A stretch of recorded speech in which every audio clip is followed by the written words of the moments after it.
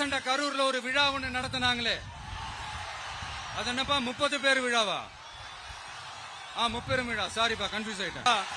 பாட்டிலுக்கு 10 ரூபா, பாட்டிலுக்கு 10 ரூபா, பாட்டிலுக்கு 10 ரூபா, பாட்டிலுக்கு 10 ரூபா, பாட்டிலுக்கு 10 ரூபா, பாட்டிலுக்கு 10 ரூபா. கரூர் வரைக்கும் வந்துட்டு அவரை பத்தி பேசாம போனா நல்லா இருக்குமா? இப்ப அவர் மந்திரி இல்ல, ஆனாலும் மந்திரி மாதிரி.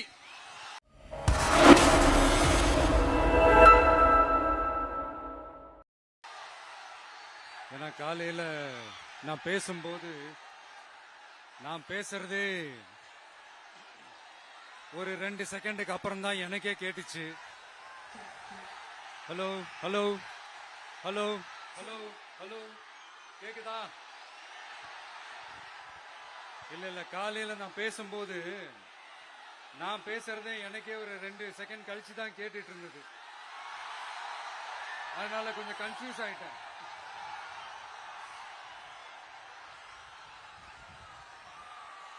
ஓகே, முதல்ல போலீஸ் டிபார்ட்மெண்ட்டுக்கு என்னுடைய மனமார்ந்த நன்றிகள்.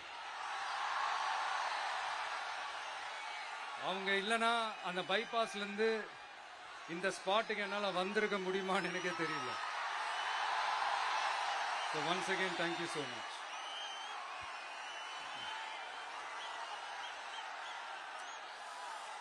கரூர் அமராவதி ஆத்தங்கரையில இருக்கிற ஒரு ஊரு. அது மட்டும் இல்ல, இங்க ரொம்ப முக்கியமான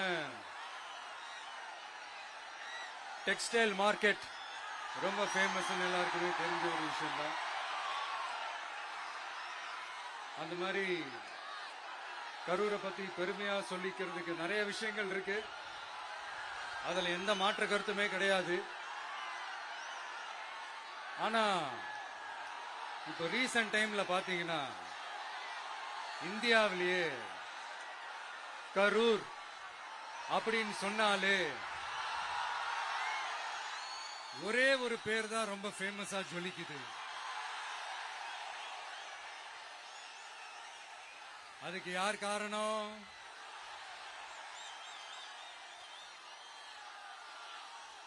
யார் காரணம்னு உங்களுக்கு தான் தெரியுமே. சரி, அதை பத்தி கொஞ்சம் அப்புறமா பேசுவோம்.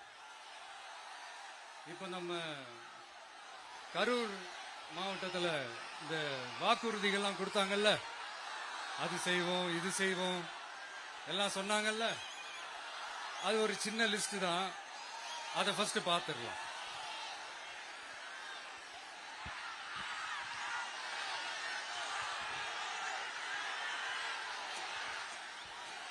இந்த கரூர் மாவட்டத்தில் இந்த பேரீச்சை வளர்க்க சிறப்பு திட்டம் செயல்படுத்தப்படும். இத்திட்டத்தின்படி பேரீச்சை வளர்க்க நிதி உதவி வழங்கப்படும். வாக்குறுதி நம்பர் 81. பேரீச்சை மரத்தை விடுங்க, அட்லீஸ்ட் இந்த பேரீச்சை விதையாச்சும் கண்ணில் காட்டினாங்களா? துபாய் குறுக்கு சந்து கதை தான்.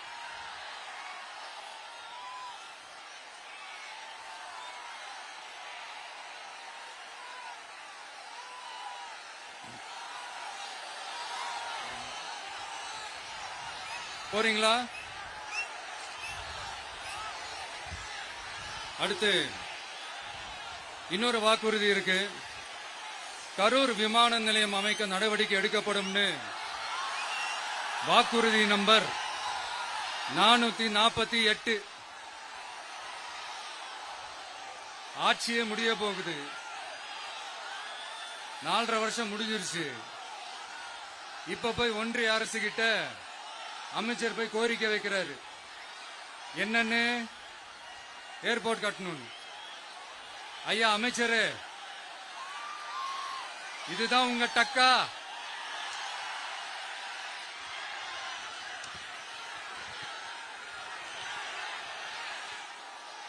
கரூர்ல விமான நிலையம் வந்தா போறீங்களா சார்? போயிடுங்க. அதான் கேட்டேன், அப்பவே கேட்டேன், போயிடுங்க. நண்பா கொஞ்சம் வழி விட்டுருங்க. நண்பா கொஞ்சம் வழி விட்டுருங்க. ஆம்புலன்ஸ்ல நம்ம கூடி இருக்குது. என்னாச்சு? பா தண்ணி கொடுங்க, பா தண்ணி பாட்டில் கொடு.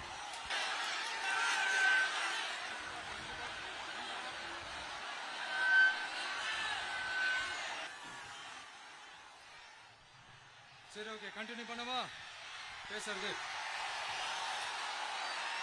நான் அந்த ஏர்போர்ட் கட்டுறதை பத்தி சொன்னேன் இல்லைங்களா? அது இங்க கட்டின அந்த ஜவுளி தொழில்லாம் ரொம்ப நல்லா டெவலப் ஆகுன்றது உண்மையான விஷயம்தான். But at the same time இந்த பரந்தூர் மாதிரியே இந்த மக்கள் பாதிக்காத வண்ணம் அந்த இடங்களா பார்த்து அந்த ஏர்போர்ட் கட்டினா இன்னும் நல்லா இருக்கும். அப்புறம் நம்ம கரூர் பிரச்சனைக்கு வருவோம். இந்த மணல் கொள்ளை தாங்க கரூரோட தீராத தலைவலி. மணல் கொள்ளை கரூரை வறண்ட மாவட்டமாக்கிட்டது மட்டும் இல்லாம சட்டவிரோத கல் குவாரிகள் கரூரின் கனிம வளத்தை அழிச்சுக்கிட்டு இருக்கு. இதுக்கு காரணம் யாரு சிஎம் சார்? 11 மணிக்கு பதவி ஏத்துக்கிட்டா 11:05 மணல் கொள்ளை அடிக்கலாம்னு ஓபனா சொன்னவங்க தானே உங்க ஆளுங்க. 2026 மணல் கொள்ளை அடிக்கிறவங்க கிட்ட இருந்து அதுல வர்ற பணத்தை வச்சு தமிழ்நாட்டு மக்களை விலைக்கு வாங்கிடலாம்னு கனவு காண்றவங்க கிட்ட இருந்து நம்ம காவிரி தாய்க்கும் கரூருக்கும் விடுதலை வேண்டுமா வேண்டாமா? கிடைக்கும், கவலைப்படாதீங்க. தமிழ்நாட்டின் 3வது பெரிய ஏரி இங்க இருக்கிற பஞ்சப்பட்டி ஏரி. அதோட பரப்பு 1000 ஏக்கருக்கு மேல. அந்த ஏரி நல்லா இருந்தா விவசாயம் செழிப்பா இருக்கும். விவசாயம் செழிப்பா இருந்தா மொத்தமா பல லட்சம் குடும்பம் சந்தோஷமா இருக்கும். ஆனா பல வருஷமா அதை சீரமைக்காம அதுக்கு தண்ணி வர்ற வழிகளை சரி செய்யாம போட்டு வச்சிருக்கிறாங்க இந்த ஆட்சி செய்யறவங்க. நம்ம ஆட்சி, அதாவது உங்க ஆட்சி வரும் அன்னைக்கு இந்த பஞ்சப்பட்டி ஏரிக்கு உயிர் வரும். உங்க முகத்தில் நிம்மதி சந்தோஷம் எல்லாம் திரும்ப வரும். ஜவுளி தொழில் கரூர் நகரை வளர்த்தெடுக்குது. இருந்தாலும் மக்கள் பாதிக்காத வண்ணம் ஜவுளி தொழிற்சாலைகள் இருந்து வெளியேறிய கழிவுகளை சுத்திகரிக்க அறிவியல் பூர்வமான நடவடிக்கைகள் எந்த அரசும் எடுக்கவே இல்லை என்ற கவலை மக்கள் கிட்ட இருக்கு. இதை தீர்க்கக்கூடிய பிரச்சனைகள் எல்லாம் அலசி ஆராய்ந்து உண்மையாகவே நாம அவற்றை முன்னெடுப்போம். இப்ப நான் ஒரு விஷயத்தை பத்தி முன்னாடியே பேசலாம்னு சொன்னேன்ல, இப்ப அந்த விஷயத்துக்கு வருவோம். இப்போ கரூர்ல வழி விட்டுருங்க. அகைன் இங்க கரூர்ல இருக்கிற முக்கியமான பிரச்சனைகளை பத்தி நம்ம பார்த்தோம் இல்லையா? இன்னொரு முக்கியமான பிரச்சனைக்கு காரணமா இருக்கிற ஒருத்தரை பத்தி நம்ம பேசாம போனா நல்லாவா இருக்கும்? கரூர் வரைக்கும் வந்துட்டு அவரை பத்தி பேசாம போனா நல்லா இருக்குமா? நல்லா இருக்காதுல. எதுக்கு சுத்தி வளைச்சுக்கிட்டு ஸ்ட்ரைட்டா விஷயத்துக்கே வருவோம். இந்த கரூர் மாவட்டத்தில் ஒரு மந்திரின்னு ஒருத்தர் இருந்தார்ல, இப்ப ஒரு மந்திரி இல்ல, ஆனாலும் மந்திரி மாதிரி. நான் யாருன்னு உங்களுக்கு சொல்லிதான் தெரியணுமா என்ன? ஒரு க்ளூ ஒண்ணு கொடுக்கலாமா?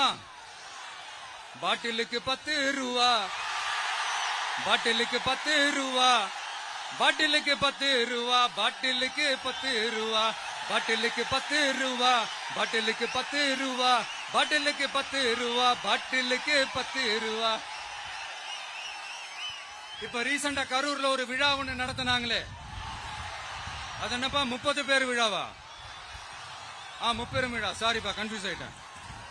அந்த விழாவில் மாண்புமிகு சிஎம் அவர்கள் இந்த மாஜி மந்திரியை பத்தி உச்சி மேல தூக்கி வச்சு மெச்சினதெல்லாம் நம்ம காதால கேட்டோம் இல்லையா? இதே சிஎம் அவர்கள் இதே கரூருக்கு வந்தப்போ, எதிர்கட்சியா இருந்தப்போ அந்த மாஜி மந்திரியை பத்தி என்னெல்லாம் சொன்னாரு, என்னெல்லாம் கேட்டாரு. ஐயா ஃபேக்ட் செக் நண்பர்களே, இதெல்லாம் நீங்க பெருசா ரிசர்ச் பண்ணணும்னு அவசியமே இல்ல. யூடியூப் ஓபன் பண்ணி பாருங்க, தெரிச்சிருவீங்க, மிரண்டுருவீங்க. இந்த திமுகவுக்கு இந்த மாஜி மந்திரி இப்ப என்னவா இருக்கிறாரு அப்படின்னு மக்கள் பேசிக்கிறாங்க தெரியுமா? இந்த திமுக குடும்பத்துக்கு ஊழல் பண்ற பணத்தை எல்லாம் 24x7 டெலிவரி பண்ற ஒரு ஏடிஎம் மெஷினா இருக்கிறாரா அப்படின்னு நான் சொல்லுங்க, ஊருக்குள்ள பேசிக்கிறாங்க.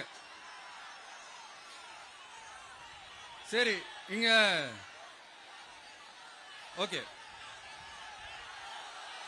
இன்னொரு முக்கியமான விஷயம், இங்க போலீஸ் பாதுகாப்புலாம் இருக்கா இல்லையா? போலீஸோட கைகள்லாம் கட்டப்பட்டிருக்குன்னு நினைக்கிறேன்.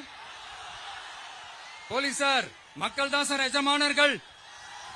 மக்களுக்காக மட்டும்தான் பயப்படணும், வேற யாருக்காகவும் பயப்படணும்னு அவசியமே கிடையாது. இன்னும் 6 மாசம் தான். ஆட்சி மாறும், காட்சி மாறும், அதிகாரம் கை மாறும். உண்மையான மக்களாட்சி, மனசாட்சி உள்ள மக்களாட்சி அமையும். அப்ப தெரியும் எல்லாருக்கும் சுதந்திரமும் பாதுகாப்பும் 100% வரும். தேங்க்யூ நண்பா. கான்பிடண்டா இருங்க, நல்லதே நடக்கும், வெற்றி நிச்சயம். அஷ்மிகா 9 வயசு ஒரு பொண்ணு காணுமா, நீங்களே நம்ம தோழர்கிட்ட சொல்லி கண்டுபிடிச்சு கொடுத்துருவீங்க. அஷ்மிகா 9 வயசுல ஒரு பொண்ணு காணுமா? தம்பிகளா கொஞ்சம் தேடி கண்டுபிடிச்சு கொடுத்துருங்க. அஷ்மிகா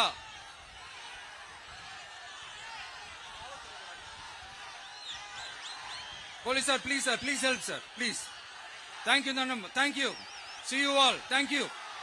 கான்பிடண்டா இருங்க, நல்லதே நடக்கும், வெற்றி நிச்சயம்.